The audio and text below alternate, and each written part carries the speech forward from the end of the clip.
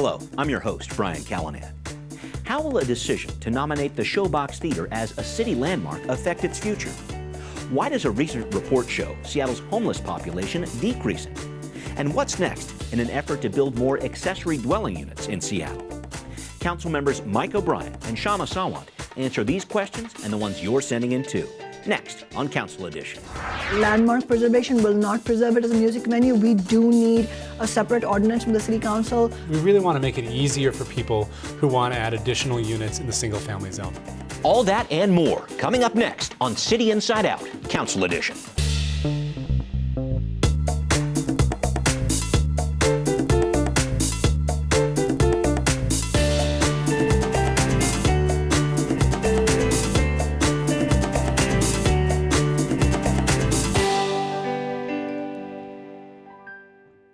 And joining us, we have Councilmembers Mike O'Brien and Kshama Sawant. Thank you very much for joining me today. Thanks, Brian. Thank you. And I want to jump right into it. A busy political summer season ahead. First up, the Showbox. And Kshama, let me start with you, please.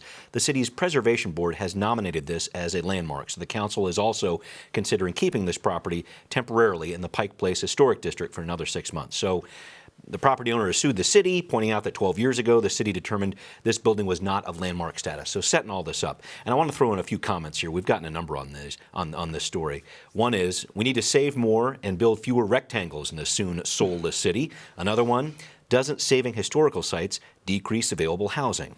So my question, just to start this off, calling this building a landmark doesn't necessarily save it, preserve it as a music venue. I want to make sure we're clear on that. Yes, calling it a landmark is not going to preserve its use as a music venue. That is true. But I think the movement is correct to also fight for the landmark preservation because it lends into, it sort of continues to fuel the movement to save the Showbox as a music venue. So we need to be completely clear. Landmark preservation will not preserve it as a music venue. We do need a separate ordinance from the City Council to preserve it as a music venue. And we need somebody, we need the movement to actually fight for the specific thing that we're fighting for, which is the permanent expansion of the Pike Place Market boundary to include the Showbox, which will basically do that. So while we have to be clear about that, it's also important that we are also talking about landmark preservation. And actually, kudos to the Save the Showbox movement, who turned out in big numbers at the landmark preservation meeting this week and got a vote. I believe it was unanimous vote for landmark preservation, and I think that it'll come to the City Council. But I do want to say, it's amazing that we are here at this point because it is purely because 118,000 people signed the petition to save the Showbox, and hundreds kept coming to City Hall. We again saw a really good turnout, and I wanted to also, use this opportunity to thank Councilmember O'Brien, Mike, for being the council member who supported the ordinance alongside me from the very get-go, and I think that was very important. The ordinance is important, but Mike, let me head to you here. I think there's a dollars and cents piece to this as well. It feels like it boils down to finding someone else who might be interested in buying this property, continuing it as a music venue. And I'll throw in another viewer comment here. AEG, a global sports and entertainment conglomerate, operates the Showbox. What's their role as one of the primary benefactors if the venue's not demolished for redevelopment? Try to help me down that path if you could. Yeah, well, as Councilmember Sawant said, we cannot, we have the power to prevent, I believe we have the power to prevent another high-rise building from being built there. That's the strategy we're on right now. But we don't have the power to mandate that the Showbox continues to operate in its same form. Similarly, the owner may not be able to build what he wants to build, but he also has the power to shut the Showbox down and just leave it empty, you know. And so we both have the power to stop each other from doing what we want. The way I think this ultimately gets resolved is when folks come together, and probably some other parties, to say what do we actually want to achieve and try to get win-wins for everyone. And so right now, we know we're tied up in these battles, and I believe the council will continue to extend this land use action. That just gives us breathing space to figure out what's next, and it gives different sides of the argument leverage for how those negotiations go. But ultimately, if we want that Showbox to be operated, preferably, frankly, as an independent music venue, but in a music venue venue of some sort. We need someone to have control of that property who believes in the mission of a music venue, and that's not the case right now. And hopefully we can find someone that, it's an expensive piece of property that can come together and figure out how to put those pieces together. Yeah, $40 million, that's the next piece here, trying to find another buyer, it feels like. Kshama, would you agree? I think that we should talk about the question, the future of the Showbox really, I think, would depend on will we be able to have it to be independently owned, like as Mike was saying, and free of corporate influence and profits. And ultimately, the question of public ownership of these spaces, because the whole passion that so many thousands, hundreds of thousands of people are feeling about the Showbox is what it has offered to them in their lives and intergenerationally. I mean, I don't know how many stories we heard about people saying, my dad and my grandfather, took me here, and I want to take my child here, and I want them to take their children. So clearly, this is part of people's fabric of society. And so if you look at it from that standpoint, it absolutely belongs in the public realm. But I think if whether or not we will get to that point really presents no different obstacles than when we talk about social housing, because ultimately it's a question of who gets to own Seattle, who gets to run Seattle, whether we're talking about affordable housing or cultural spaces and artistic spaces and, community spaces. And who gets to own all of this? Does somebody profit off it, some billionaire sitting at the top, or do we all get to benefit equally? Those are questions that loom large on Seattle as a whole. They are not unique to the Showbox. And one other point I'll add on the question of housing is, look, we're talking about downtown, which has a double-digit vacancy rate right now, 16% vacancy rate. So let's be clear, we're not talking about affordable housing versus a music venue. We're talking about cultural spaces plus affordable housing on the one end. Will we get all of that for ordinary people? And profits for corporate developers and land owners, property owners on the other hand. What we're talking about is if the Showbox is demolished, it's not like affordable housing is going to be there. It's going to be luxury apartments. That's a very good point. I need to stick with the housing issue if I could, and Mike, I'll come back to you. A big decision coming up on accessory dwelling units, an issue you've worked on for many, many years. A hearing examiner settled the appeal on this, clearing the way for more of these ADUs to be built. What has to happen now? What do you anticipate coming out of this? A lot of action for the council in the next couple weeks here. Yeah, so it's exciting. This is something that I've been working on for 3 or 4 years now. And so legally where we are is the hearing examiner has cleared the way, said essentially you guys have done all the studies that you need to do. So we are free now to pass legislation. So now it's back in the council's hand to work on that legislation. We've had a couple committee meetings already about this. We're going to have a public hearing on Tuesday night, June 11th at 5:30 in City Hall. Expect to have pretty good turnout for that. And then we'll be back in my committee on June 18th to vote on it. The changes we're proposing, the design of this is we really want to make it easier for people who want to add additional units in the single family zone. That's my goal. And we have a law that allows backyard cottages and in-law units already, but we see relatively few of them compared to our neighbors to the north and south, Vancouver and Portland. And when we ask people why haven't you built one? There's a number of complaints they have. One, you have a requirement that we have to add a parking spot. That's either impossible to do or expensive or takes away my garden. We have a limit that it can only be 800 square feet. A lot of folks are like, for 1,000 square feet, I can build a space that's more usable for me. Little taller, 1 or 2 feet taller. There's a requirement that the owner has to live on site. Most people say I want to live on site, but I'm worried that if I get transferred for work or I have to go take care of a relative, that I have to kick my tenants out and leave it vacant. That doesn't make sense. There's also people that own a rental home right now and they don't live there, and they'd say, I'd love to have a backyard cottage, to have a second rental unit.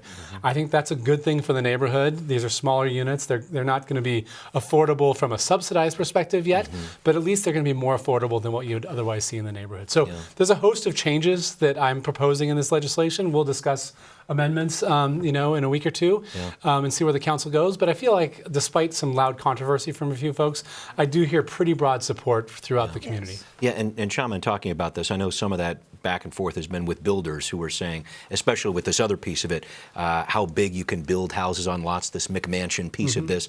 I think some of them are saying, well, let's let the market decide what it's going to decide in terms of what size houses people want. Help me out with that. That's another facet to this legislation that you're looking at, too. Well, I think overall, just speaking as an economist, I would say that letting the market decide hasn't actually gone really well for most ordinary people who are looking for affordable housing. So I really agree with what Mike said, which is that, you know, this time has come to actually pass this legislation. It's been a few years in the making.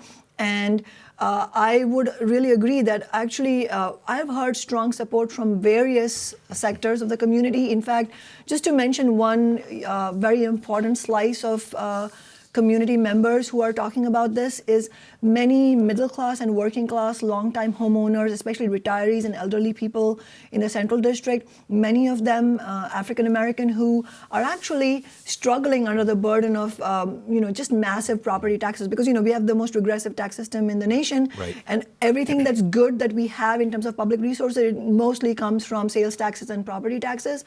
So they're actually a community that have supported the backyard cottage legislation because they want avenues through which they can actually supplement their monthly income, and renting their backyard cottage out affordably, to another family that needs the housing is actually a good way to actually also unite renters and homeowners. One other piece I'll mention that came up in our Councilmember Brand's committee meeting where we discussed this past days is, it's not going to be resolved immediately, and we should go ahead with this legislation, but it is a question that we should be discussing on an ongoing basis, which is that how do we enable working class and middle class homeowners to construct the backyard cottages in the first place? Because for it to pencil out the costs, it's not going to happen for everybody. In fact, the data shows that it's mostly going to be, again, somewhat well-off homeowners who will be able to do it. Let's start there, that's fine. But it is a serious question that we should include. And especially for the African-American seniors that I'm talking about in the Central District, for them, it is a key question. Whether they will be able to do this or not, construct it or not, will depend on whether we will provide public subsidies to them that are fueled by progressive revenues. That's a very important point. Kshama, maybe I can stay with you on this one. All Home King County recently released a report of its point-in-time count of the homeless. They did that back in January. This new report shows overall numbers down by 8% for our homeless. The chronically homeless, they're saying, those without a home a year or longer, down 38%. Do you believe those numbers? What do you draw from this report that we're seeing? There are difficulties with these findings. I don't know. I have to look more closely into it. You will hear from the people who have gone on, personally on these all-night counts. And I was talking to my staff members just yesterday who have been on the all-night count themselves, and they will tell you that there are lots of discrepancies in the way people are counted because because the data collection methodologies have changed, over the years. And so. I don't know that you can do an apples to oranges comparison and say that you're getting effective numbers. I will say this, though. Let's put all that aside. Let's assume even those numbers are correct. We're still talking about thousands of people who are struggling, already having become homeless. We're talking about people who are not showing up as homeless because they're couch surfing, they're doubling up with family members. Sure. And then the biggest elephant in the room is all those families, working class families, who have not reached any of that point yet, but are one rent increase away from either having to couch surf, having to be pushed out of the city, or becoming outright homeless. Yeah, there's a lot. So let's not get into the business of understating the problem, as I would tell the people who are curious about this. And Mike, I know you've been out on the homeless count a number of times over the past few years, and it's not an exact science. But let me, if I can, if you want to talk about the numbers, please do. But I should point out that there's another piece to this. The mayor ramping up the navigation teams going out for the city to try to deal with the homeless. The state actually putting more money into dealing with the homeless on state property near highways there. We actually had a comment on Twitter about this. We've had a few. Here's one. Where's the citizens' human rights for a safe and secure place to raise children and live? Ensleyville, I believe he's talking about our governor there, homeless encampments filled with heroin addicts and human waste, clean up Seattle. We get so many different comments like that. I know you've seen them too. Your thoughts about what the city, what the state's doing to try to deal with this in light of this recent report? Yeah, I mean, I'd just say the report to me, statistical numbers aside, it seems like it's stabilized at an ungodly high number is where it is, and we need to see significant inroads. Yeah. To the question about what we do with the sweeps and how we move people around, I think the city has continued to fail to address that appropriately. There are absolutely places that are unsafe for people to be living or completely inappropriate because those spaces are priority spaces for the rest of the community. And we do a really good job of telling people where they can't be and then moving them. But essentially, we've failed to tell people that are sleeping in an unsanctioned environment where they can be and can largely be left alone. Left alone in the sense they're not going to be disturbed and moved, but we still need to be able to know where they are and deliver services to them. And so, you know, with the mayor stepping up, more police, the part of the navigation team that does outreach is really stepping back because they can't, it's just not part of their mission to do these sweeps with no notice. Yeah. I worry that we're going to create a problem that frankly started a bunch of this when the previous mayor went in and swept, you know, hundreds of people that were living under I-5 with nowhere for them to go. And so where did they go? They showed up in all the neighborhood parks, and that outraged people. And so right now we're continuing to just move people out of a place. Rarely do we have enough housing to offer those folks, so they just go somewhere else. Yeah. And all it does is it fixes one neighborhood's problem temporarily, makes it some different neighborhood's problem, and then you rinse, wash, repeat, do the same thing, and it comes back. So we have to do a better job of saying, hey, here's some places that we're going to set aside where people can be for the short term, and we got to build more housing. Councilmember Sawant. Yeah, I don't think there's any shred of evidence that the sweeps are working. I mean, these are being done year after year. And after about 1,000 sweeps, I think you have enough data to show that it's not working. And in fact, if you look at the numbers, and we had a hard time getting these numbers in the first place, something around in the area of $10 million spent on the sweeps every year. And I'm not surprised that Mayor Durkin is now ramping up the sweeps. But it also should be, you know, we should be noting this as a predictable action from a politician who is primarily answerable to the Chamber of Commerce, which has no interest. These are big business multimillionaires. You know, these are people who have no interest in solving this problem from a humane standpoint, because if they did, then we would be having a different conversation, not ramping up sweeps. And so it is really, really important not to take a sort of oh, well, you know, maybe she doesn't have enough data kind of standpoint, but more understanding that this is coming from a conscious pro-corporate position, ramping up the sweeps at the very moment that more and more people are understanding it is not working. So instead, what we need to do, in my view, is stop the sweeps and actually invest those $10 million in other things that have proven. I mean, you know, all these politicians, corporate politicians, they talk about evidence-based methodologies. Yeah. I'll tell you what is evidence-based. Tiny house villages have shown to have a very good track record of transitions to permanent housing. You know why? Because it actually takes the humanity of homeless people into account and makes it a practical reality. You have tiny houses which are wooden structures with locks on the door, so you can lock your property, you can be safe with your pets or your family members. It is temperature controlled. You live in a village that provides you security and safety, and a community. It provides case managers, plumb toilets and showers, washer dryers, a kitchen space. That is, all of that infrastructure helps you get back into life, you know, get back into jobs, solving your other problems like substance abuse, and getting permanent housing. So if you want to do evidence-based analysis, then this is what we should be doing, and stop spending money on sweeps. Thank you for that. I'm going to switch gears a little bit and Mike, pick up the pace a bit. We saw a big group of Uber and Lyft drivers circling around City Hall a few weeks back, blocking off some traffic. Now, Seattle, of course, passed a law allowing these drivers to unionize. You were a big part of that effort a few years ago, but that's been caught up in the courts. What is next in this situation, and how does the city play a role? Well, so we heard from the drivers that, once again, you know, the other thing that's happened in the last few months is Uber and Lyft are now both publicly traded companies. Right. They're worth billions and billions of dollars on paper. And these drivers who, you know, they were really the folks that started Uber and Lyft. Some of them actually invited those companies to come to town and say, hey, we want to drive for you. We'll pick to some drivers. Let's figure this out. They're responsible for putting forward all the capital. You know, Uber doesn't own any vehicles. Lyft doesn't own any vehicles. They go buy the vehicles, but they're being treated unfairly. They continue to be treated unfairly. They're talking about they're not getting paid enough. They get kicked off the system, essentially get fired from working until they take a class or spend a month doing something. Meanwhile, the asset they bought for the company, the car, car is sitting and they have to keep making payments on it, they have no income. So the system remains unfair. There's an opportunity for Seattle to follow the lead of a place like New York, where we've mandated a minimum wage effectively for these independent contractors. Right. And I've had some conversations with the mayor. I think that there's an opening to do something there, and so I'll be looking forward to maybe some excitement the next few months of summer to how we can step up our activities to help these drivers in light of the plight they're in. Thank you for that. Kshama, if I could, I need to switch gears with you because there's a note that I have on my notes here that says, ask Kshama about rent control. Tell us what's going on. I know there's some activity with this in a few different areas, but what are you talking about right now this month?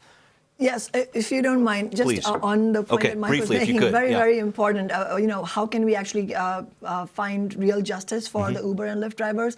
I think the New York example is very important. And one important aspect of why New York won, of course, is the grassroots organizing by the New York Taxi Workers Alliance, which really put, just organize the drivers in such a way that really put concrete pressure on the New York City Council to pass these measures, which has been really a beacon for Uber and Lyft drivers throughout the world. And so I think the Seattle movement can actually look at that as a real example to follow, and I think it can be done. Okay. And these are also drivers who are looking for affordable housing. And there's a whole section of society in Seattle and the Seattle region looking for affordable housing. Why rent control? Because we've seen construction boom for the last 10 years in Seattle. There's more and more apartments that are being built, but very, very little of them and fewer of them actually being affordable. So at the same time you've seen a construction boom, you've seen affordability really dwindle. And so I think we have to draw the conclusion from that the for-profit market does not build for affordability, it builds for profits. So you need public alternatives and you need bold public policies. But and the state prohibits rent control. Yes, Please, I'm going to that. So, but I just want to mention that the two bold policies we need is rent control, and then we need a major expansion of social housing, which is publicly owned, high-quality, affordable housing. Yes, the state legislature has banned rent control throughout the state so no municipality is allowed to do with this. And just to say, for those of you who don't know the history of why that ban came into place, it came into place 40 years ago when there was a similar movement for rent control, and the real estate lobby, corporate real estate lobby, got their politicians together in Olympia and they put the ban in place. So how do we fight this ban? You could do what we've done for the last 20 years, which is, just throw our hands up in the air, allow politicians in City Hall to have the cover to say, well, Olympia is not doing it. Or you could actually use another approach, which was the approach we used for $15 an hour and many renters' rights, where we started the battle right here, and then you, through successes here, you put pressure on Olympia. So what my office is doing is preparing a legislation that defines what rent control is, and I would like to go into that for a minute in a second. But what the legislation would say is that this rent control, as we are defining, will be enacted the moment the state ban is lifted. Now, you could ask me the question, what's the point of doing that? Because until the state ban is lifted, it's not going to go into effect anyway. Here's my logic. You're not going to win lifting of the ban of rent control at the state level without a mass movement pushing for it.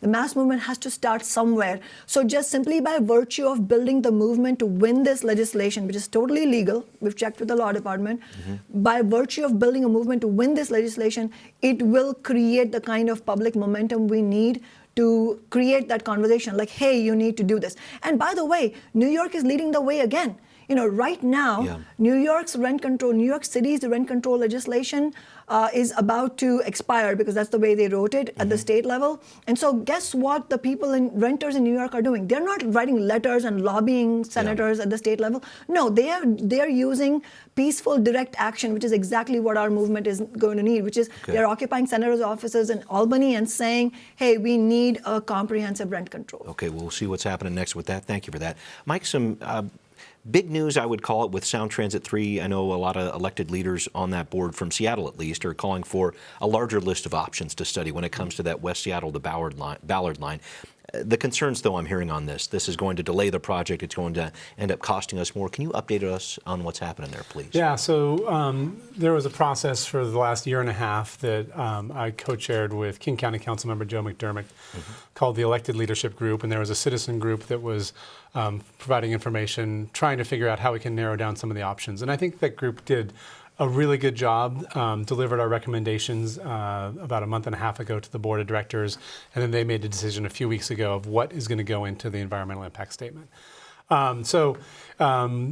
A lot of the alignment has been refined to minimize the options we need to study, which will save some money and time in doing the study work. And there are still some areas that the folks want to see some more study. In my neck of the woods, how the alignment gets to Ballard is an open question. The original plan showed for a drawbridge across the Ship Canal. That has a lot of problems with it, just from an operations standpoint. The drawbridge goes up, the trains can't run. Yeah. So the alternatives would be a really high bridge, which a lot of community members have some challenges with, and a tunnel, which is a little more expensive. But we're going to study both those to see where it comes out. Okay. The Chinatown International District, very sensitive community, been deeply impacted by transportation projects for decades, and this one has the potential to really lift them up if done right, but it could really be damaging to the community too. So we want to continue to study multiple options in that neighborhood, let that community really help have a voice and figure out what's going to be the best outcome for them. Similarly, in West Seattle, there's some questions about tunnels and elevates and grades things, and so we're going to study a few options there. The design work's going to continue for the next couple years, and we'll have a chance to weigh in, in the coming years of what the actual alignment will be, but we're getting closer. Thank you for that. Kshama, quick question coming in from Hugh, wrote this via Twitter, land use issue. He writes, Seattle has 4 public golf courses, take up 528 acres of land. What should it do with them? What do you think? First of all, I think we should involve a lot of people in this conversation, especially people who need affordable housing. But I should mention, I mean, this is a lot of public land. I mean, the Seattle Times report from yesterday, print issue, big spread on this question. If you look at the acreage that we're talking about a significant amount of acreage. I would say the starting point of any conversation about affordable housing on this land should be about publicly owned housing. If we're talking about, giving this land over to private entities to make a quick buck off it, I think that's a totally different conversation, and I would have a different position on it. I also know, and people have written to us about how there are youth programs and there are sports programs that use the golf courses, that they don't want to do that. Yeah.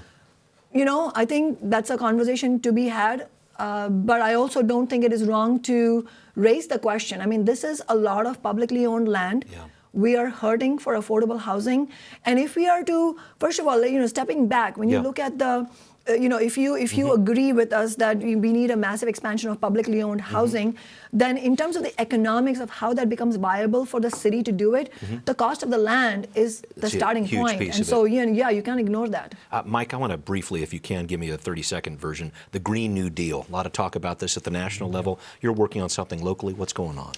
Yeah, I mean, I'm working with community members that want to see something happen locally and trying to follow their lead. I've been working on climate issues for a couple decades now, and despite some really good work, we are heading rapidly to a climate catastrophe that's closer than most people predicted. But we also have this moment where there's a new movement that's picking up steam, and frankly, it's a movement that's driven not by people like me, but young people and people of color have essentially grabbed the reins from leaders and said, step back and listen to us, or get out of the way and let us lead. And it's going to take a couple years at the national level because some things have to change there for us to get something done. But the energy and momentum is real, and I think cities like Seattle have a place to act on that, and there's more that we can do. Super, stay in touch. Super quick question to finish. A recent survey showed 40% of the respondents, Washington, Oregon, said it's not important for people to make new friends. You're a Seattle City Council member. How do you melt the Seattle freeze? What do you got, Kshama? I'll tell you how to melt the freeze. I mean, first of all, I don't believe that any simplistic story of freeze. I mean, I'm an immigrant from Mumbai. I have lots of friends in Seattle, and I've lived here only for 10 years. I will say this, there's a lot of good people throughout the city and the region. We need to unite them around common interests, and that can be done, but we should do it. Mike, what legislation would you propose to I'm going to go to my design professionals. Designing a city where people from different backgrounds can integrate. So that's about how do we build our streets? How do you have a transit system, these democratic institutions where people can interact? I think the people in Seattle, there's so many amazing people here and want to get to know each other. But I do know a lot of people have a lot of friends and they're just like, I'm full. But I don't believe in the Seattle freeze either. Okay, all right. I want to make sure I got that out there. Thank you very much. And we will see you next time on Council Edition.